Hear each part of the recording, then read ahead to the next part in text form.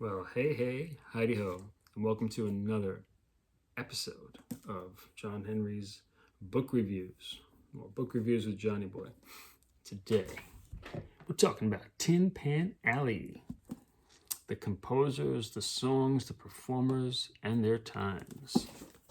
And there's even another subtitle, The Golden Age of American Popular Music from 1886 to 1956. 70 Strong Years by David A. Jasen.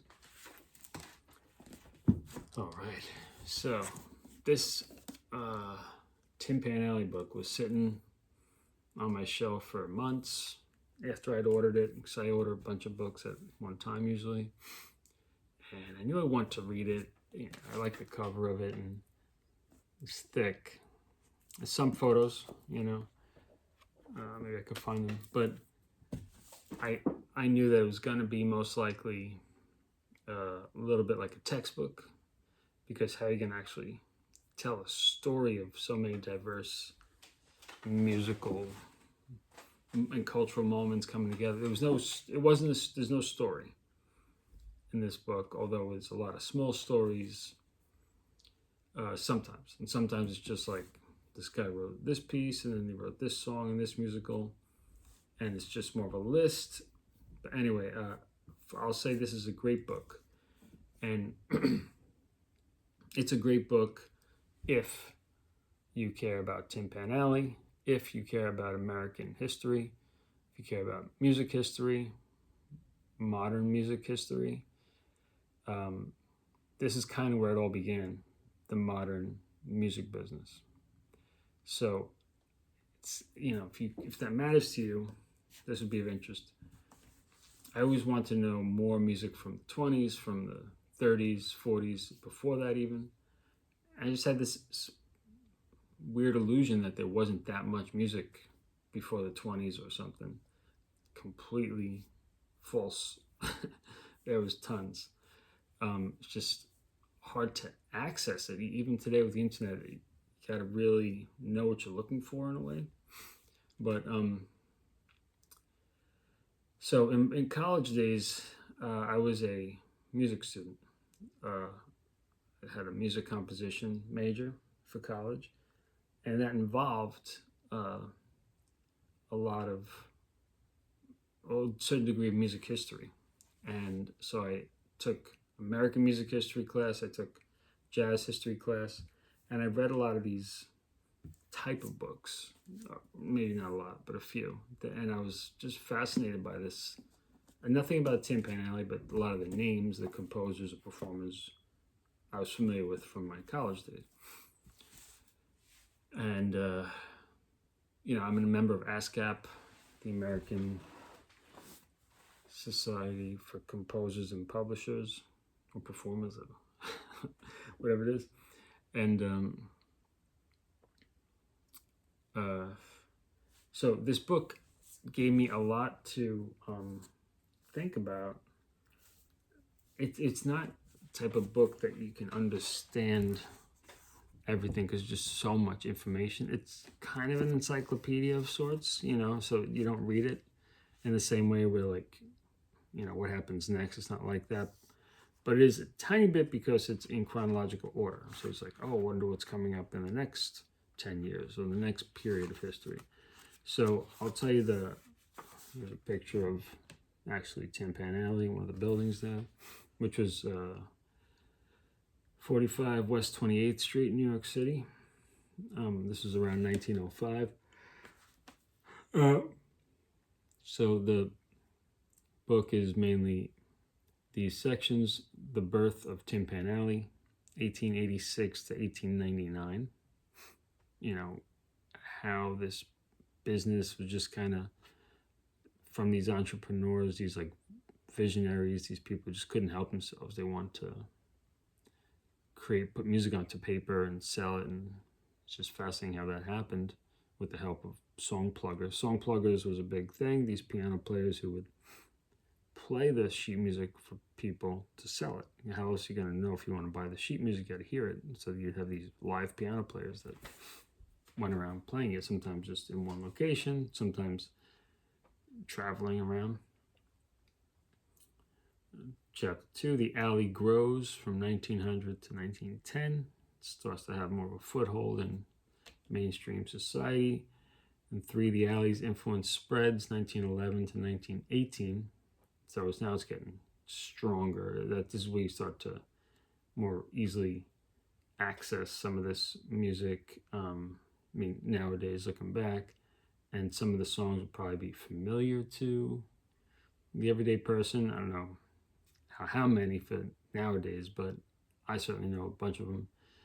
The Alley reigns supreme, 1919 to 1929. Yeah, this is at the golden age of Tin Pan Alley, the 20s.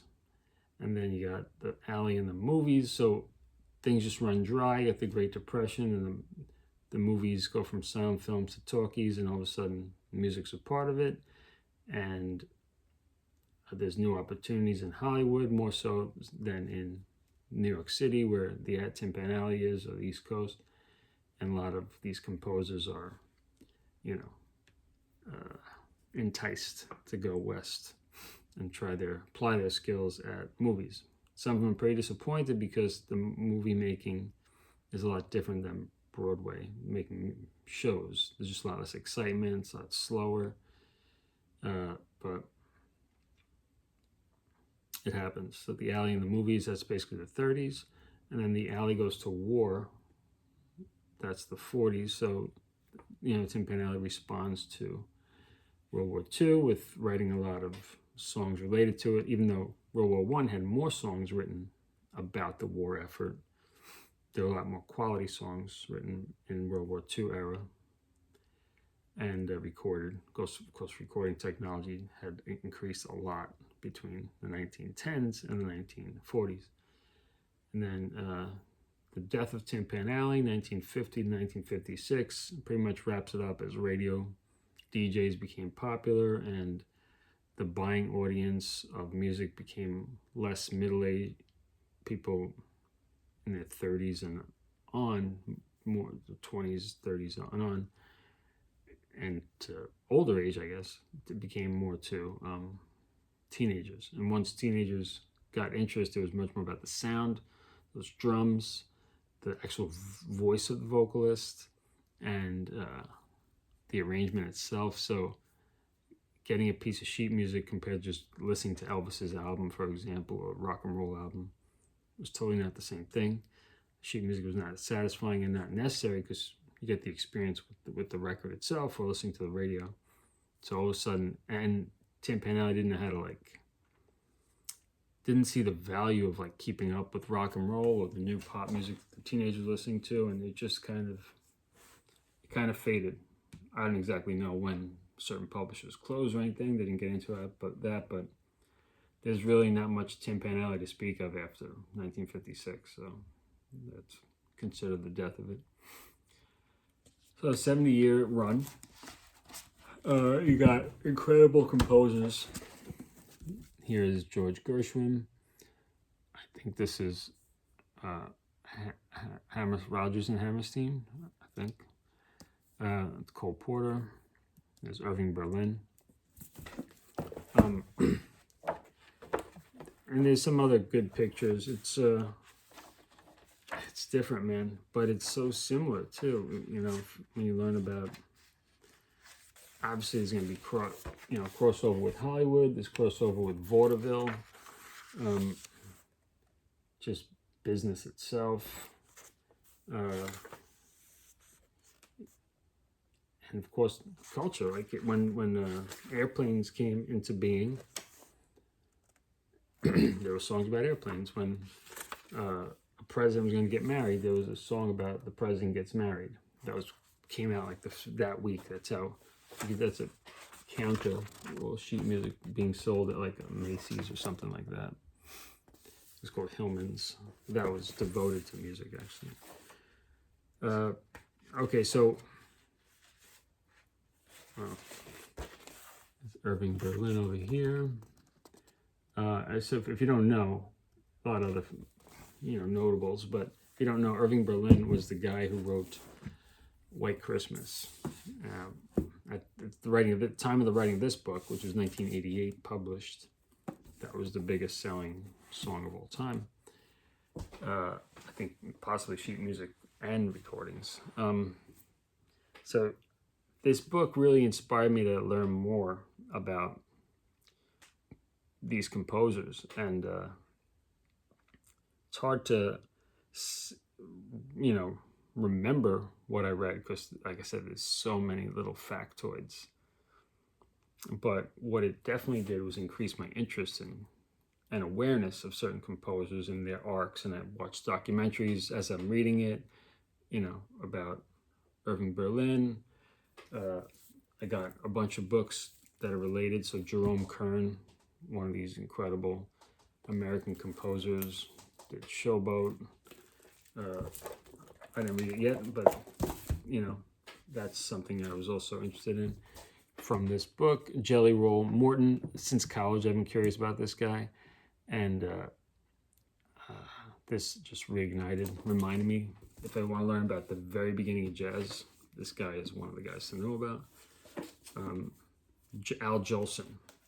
Now, Al Jolson was controversial in a lot of ways, but an undeniable explosion of musical force. Loud, brash, innumerable number ones, and he helped. If you wanted a song to be famous and you got Al Jolson to plug it, your song was very likely gonna be a success, or at least sell a lot of copies. So I got a book about him. Was he a nice guy? Was he a peaceful guy? I don't know, but it's not even that fun to listen to anymore because his style is so exaggerated. But he's very notable and significant figure in American history. So you really can't, I don't know who to compare him to in later years. I don't know, like a Beatles, like Michael Jackson. He was just a huge star at the time before huge stars were a thing. He was kind of the first one, maybe, Al Jolson. Irving Berlin. This guy had an enormous output. And a lot of these people, that immigrants from Europe, I think Al Jolson was, and this guy, Irving Berlin, was a different name. A lot of them Jewish. Irving Berlin was Jewish, and he had these White Christmas, biggest hit. So it's funny to understand how all this came to be and why it really is show business. It's a business. It's not actual, spiritual music. It might have a spiritual effect, but it's business first and foremost. And this guy, Irving Berlin, he had his piano adjusted to, he could only play in one key, the black keys, F sharp is that? And so he had it adjustable, so if you press a button, he could change the key. He's still using the black keys, but it would go from F sharp to G to whatever. So I got 2 books about him. One, just his collection of lyrics, which is enormous, and one of his biographies. Then another guy, Frank Loesser, I think that's how you pronounce it. Frank Loesser. I don't know all his Guys and Dolls musical. He another one from this Tin Pan Alley era. And when you say Tin Pan Alley, it does kind of technically mean sheet music publishers from this certain part of Manhattan, but Midtown, Lower Midtown, but it moves around. It wasn't just one location, but it was actually one kind of street that eventually was like, just at some point in history, there was just a lot of racket. There's tons of these stand-up pianos within these buildings, just like clanking away. It was their business to write these songs and publish them. And a writer went to check out what was going on, and he dubbed that music publishing area Tin Pan Alley because it sounded like people throwing a bunch of tin pans down the alley or whatever, from all the clanking of these stand-up pianos. One room after the other was like a pair of songwriters just working, having a cigarette and a coffee, and just banging away. So these guys would be involved with just a popular song here and there, like standalone songs. There wasn't anything such as an album back then, but a lot of them got involved with Broadway shows. I guess that would be a little bit more of equivalent of an album, like a collection of songs that kind of went together. But cast recordings of music didn't come around until I want to say the 40s. So that wasn't a thing. The thing was to go to Broadway or wherever if the musical show was on tour, to go to the theater in your town and see it live. A lot of these shows had numerous performances, hundreds, sometimes thousands of performances. And obviously that would be, if you got a show that had thousands of performances, you had a hit on your hands. And then the music from that show would sell well. And sheet music usually, if there was usually a couple of hits from a show, not always, but these guys, man, they worked. And there are women in there, but not a heck of a lot. But there are some women that were also in Tin Pan Alley as composers. Or someone like Irving Berlin wrote his music and and wrote the lyrics and music. Some guys only did one thing, like Oscar Rogers and Hammerstein. One wrote the music, one wrote the lyrics. There's a lot of pairs like that, where one's a lyricist, one's the composer, always. And then there's sometimes there'll be like these team ups of 3 or 4 guys, 2 on the lyrics, 2 on the music, or whatever combination you could think of. Another guy, Johnny Mercer, I didn't really know about. I think he was the guy who started, was it Capitol Records, I think. He's also a singer. He was a composer. The guy did so much. I knew his name, but I couldn't tell you anything about him. But learning about him was cool. I'd like to learn more about him. Pretty cool guy too. And then a lot of these people come from different states. These composers, some like Irving Berlin from Russia, other countries. But then I think Al Jolson from Russia too, I'm pretty sure. Or at least his bloodline. And